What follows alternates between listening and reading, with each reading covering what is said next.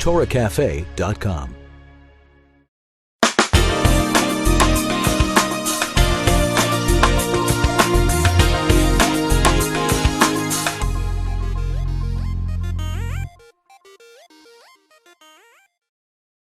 The 10th letter of Igeres HaKodesh is speaking about charity.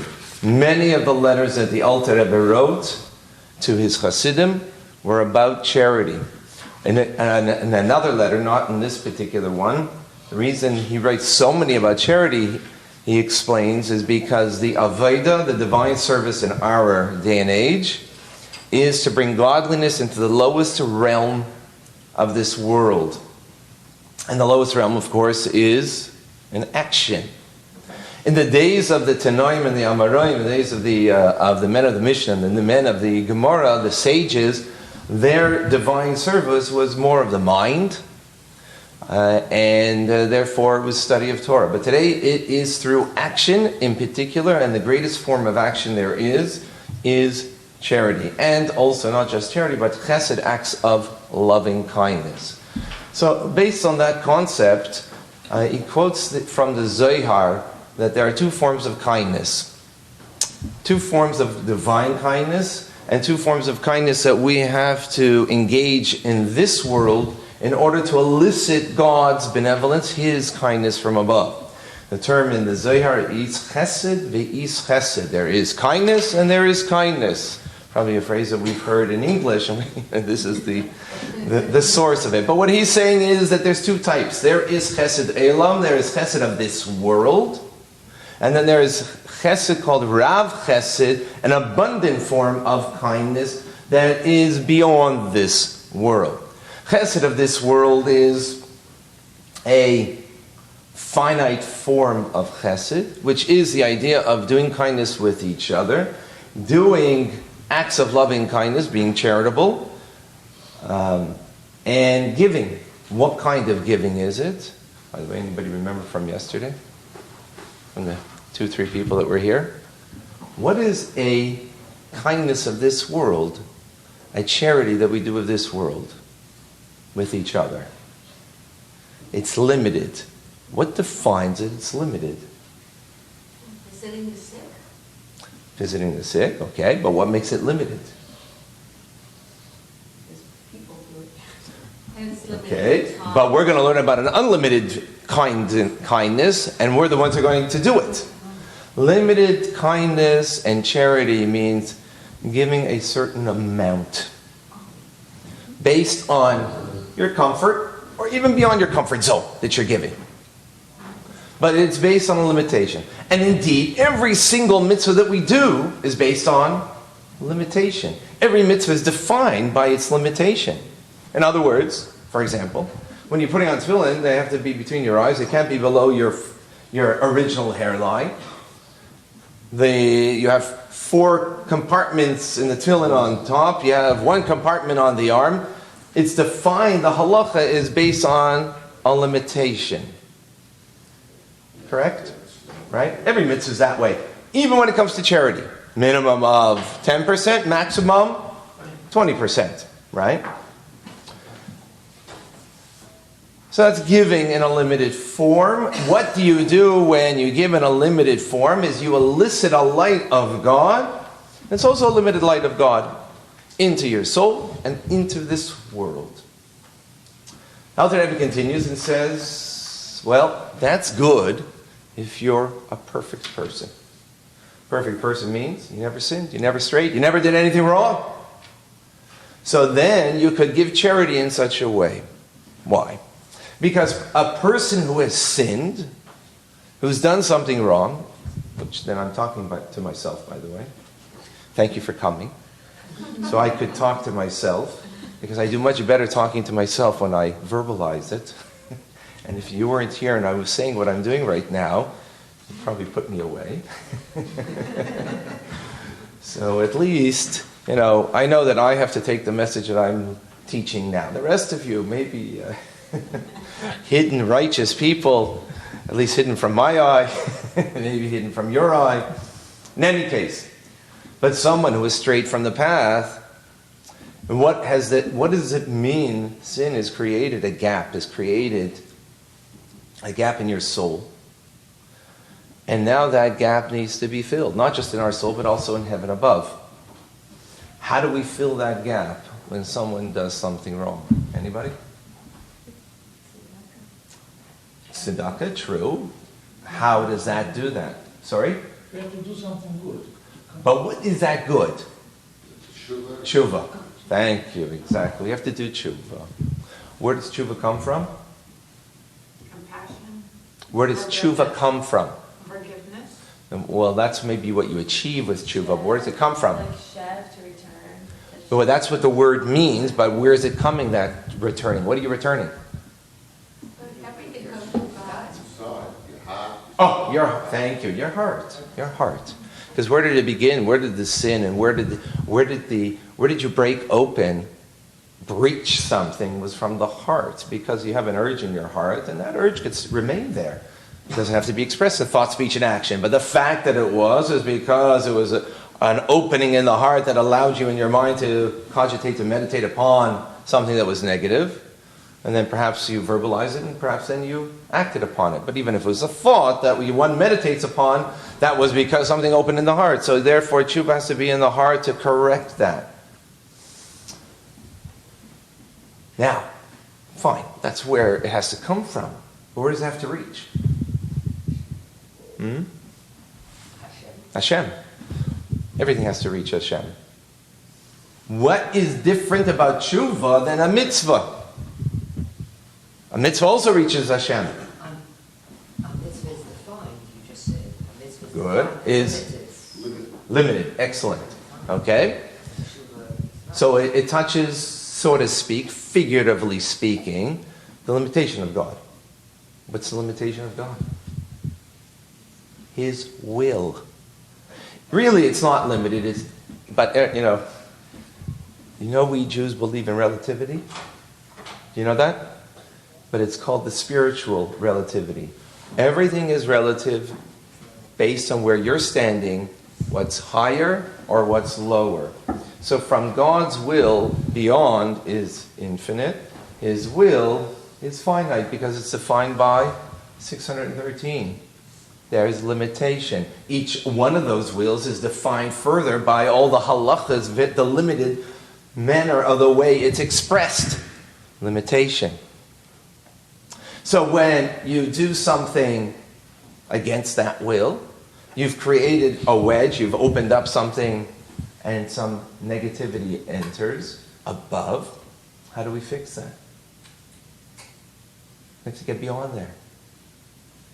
We have to get beyond the will of God. And what is that?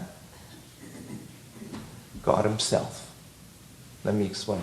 Very simple. You tell your child to do something, that's your expressed will. Maybe you're very emphatic about it, right? This is a will that I have, that there's nothing to, don't cross it. And it's a true, deep desire, a will that you have. Like clean your room. And they cross that. And they don't do it. So, should that child not be cut off entirely? This is your expressed, emphatic will? Well, yes, if you are only defined by your will. But there's something deeper from within you that you have a relationship with your child.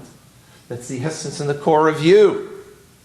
And that child, when it reaches there by saying, I'm sorry, or even when they don't reach there, but still the relationship exists. But when you say that when the child says that they're sorry, then you've reached a deeper place and it elicits from you something.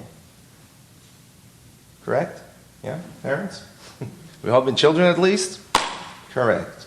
Same thing is with God Almighty. When we do teshuvah, so it comes from the depths of the heart and it reaches to the depth of heaven above, that we are able to touch not to the ratzon of Hashem, to the will of God, but to the Bala ratzon, to the master of that ratzon, to God Himself. On that level is the infinite light of God. And that's what we elicit when we do teshuvah.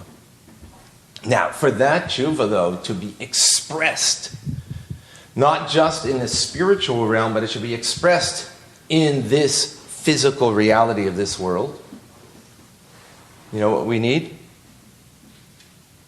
Tzedakah. And what kind of tzedakah? A limited form of tzedakah? No.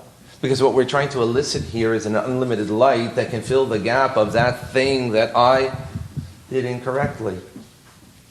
So we have to do an infinite form of charity. So, what's the infinite form of charity? Does it mean literally, oh, folks, I'm here to collect from my Chabad house? as Benji Stock would say, as he would go on the benches of 770 before the Rebbe's Fabringen, he would be collecting, had a huge bag, or a box sometimes, and he would be collecting money for the poor in Crown Heights, families who didn't have.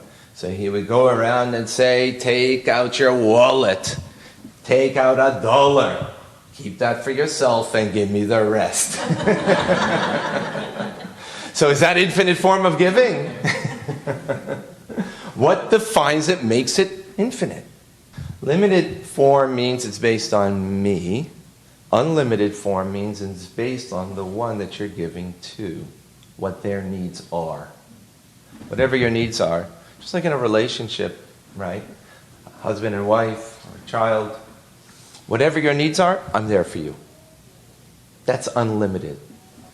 You're not putting any definition to it. Of course, we're human beings in the end. It doesn't mean literally giving every dollar out of your pocket. It doesn't mean literally that, but it means to give not based on what you're comfortable or even going beyond a bit that comfort zone, but it's based on the individual and their needs. In other words, we have such... Are you talking about chesed? Both chesed and tzedakah. It's both of them. You're based on the needs of that individual, giving them those particular needs. Now, let's say if the needs are so great and you can't fulfill them yourself, but that means you will get others to help likewise. You will get others to help in that need that other person had. Now, you might say, well, my office every day, I have at least half a dozen people coming from Eretz Yisrael and coming from other parts that are coming and asking for their needs. Does that mean for every single... It doesn't, mean that you have to take your full day now and not to do any work and now make sure that their complete needs are taken up, that this guy has to marry off his daughter and this one has his child's operation and so on. There is a hierarchy in our responsibilities, what we have to give to tzedakah. So it doesn't mean literally every single cause that a person has to do that, but it means a sentiment that we have that we are helping in that manner of the needs of that individual. That's Rav Chesed, that's an abundant form of Chesed that we perform that elicits the light of God from above, that is an infinite light, that now fills those gaps in our lives that we have created through doing something inappropriate, through sin, and fixes all of that. That's a brief review. The beginning of this letter is based on a phrase from Jeremiah the prophet, Yirmiyahu, who, the destruction of the first holy temple in Lamentations, and Eicha said the verse referring to God as that Chazdei Hashem lo tamnu, which is, as the Alter Rebbe says, that word doesn't mean, the word tamnu means that we have ended, or different ways that we can understand it, rather than tamu, that God's kindnesses never end. So what does it mean? Does it mean that God's kindnesses never end? Jeremiah, as he is saying, in the time of destruction, you should see that in the face of destruction, God's kindnesses are not there. Or does it also mean that we have ended? So there's a play on the words over here that the Alter Rebbe uses, that there is a double meaning over here. Let's look inside.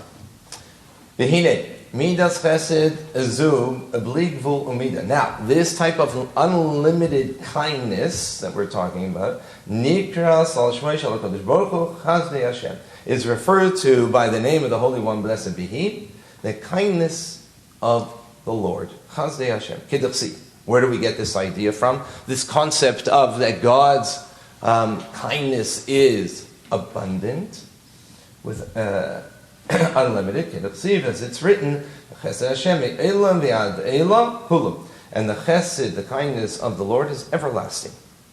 Ki. So he explains. Hagam shekol Israel, for though all of Israel are compassionate and performers of kindness, nevertheless there is a limit and a measure to man's compassion. There's a limit, ultimately. But the Holy One, blessed be He, Nikra Ein Seif Baruch Hu, is called the blessed Ein Seif. What does that mean, that He is Ein Seif without limit? And His attributes have no end. Why do His attributes have no end? Isn't an attribute something very defined and specific? But God's attributes, the 10 divine attributes, are totally one with Him. And just as God is Himself unlimited, so likewise His divine attributes are unlimited, even though they have a certain coloring, a certain definition to them. Nonetheless, they are limitless. Kidduchsi. As it is written, that for His compassion are not exhausted, meaning they're limitless. And this is the meaning of what the prophet said, after the destruction and the exile, as we said, Jeremiah, Yirmiyahu Hanavi said, in the time of destruction, Chazdei Hashem, that the kindness of the Lord have not ended. And again, remember that there is a difficulty over here because, as the Alter Rebbe says at the beginning of the letter, the proper way to say it is tamu, which means that God's kindness has not ended. It would be, but it doesn't say, it says in the third person plural rather than the second person, or the not plural. So it's saying plural, so there's a we over here. Who's the we? The we is us. In other words, that gives another meaning of our imperfection that we have in our lives. So he explains, that is because we are not perfect. Why are we not perfect? For we are not whole and perfect without any sin and blemish in the soul. But in the upper worlds. Why are we not perfect? Why is this being said now? Because this is a time of destruction, where the Jewish people went into Golus, they went into exile. Before that, there was a sense of perfection. There was a capacity for perfection. How? Because the light of God was there in the Holy Temple. And because of that, that brought a capacity for the people, relatively speaking, to have a sense of completeness, of perfection. But now that the Jewish people are going into exile, and they went into exile because of their sin ultimately, and exile itself means that the light of God is not apparent. So now, what do we need? So he explains, that is why we need to conduct ourselves b'chazdei Hashem in accordance with the kindness of the Lord, which is shehem bli gvul v'tachlis, which are without limit and end. Why? Because we need to fix something now. There is a time of the light of God, and a time of dark. There isn't the light of God, and a time of darkness of exile, of Golus, which was caused because of sin. So now we're living in a different world. Before, the world was that the light of God was revealed. So how we can have a relationship with God was through bringing that limited form of light into our lives by defined ways, bringing a sacrifice on the altar, doing any act that brings a delimited form of the light of God into our lives. That was in the times of the Holy Temple. But now that we are in a time of darkness, of destruction, so now what we need to bring into our lives is a unlimited form of light of God. How is that?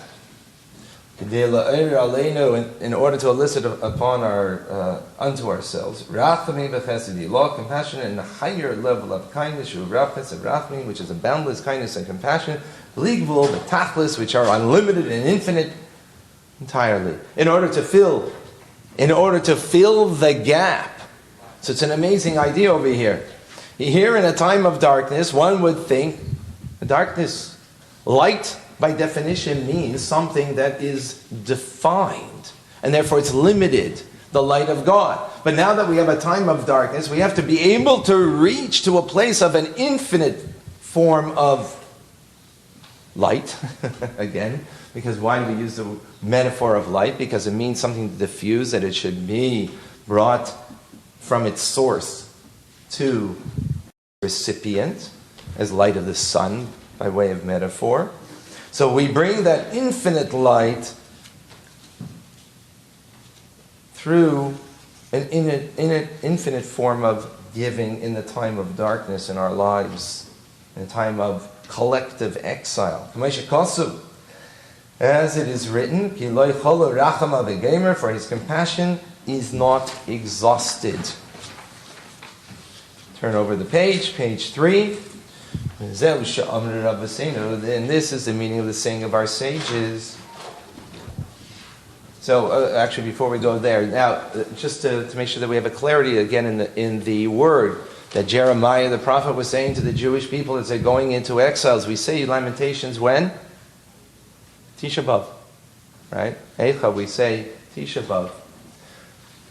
That God's kindnesses have not ended, because even though we have ended our relationship of perfection, but God's kindnesses has not ended, because the kindness that now that will prevail our world will be an infinite form of kindness, which is expressed generally through Teshuvah, but specifically that infinite kindness will be expressed in our lives through being kind and charitable in an infinite manner to elicit that infinite light of God in our particular day and age.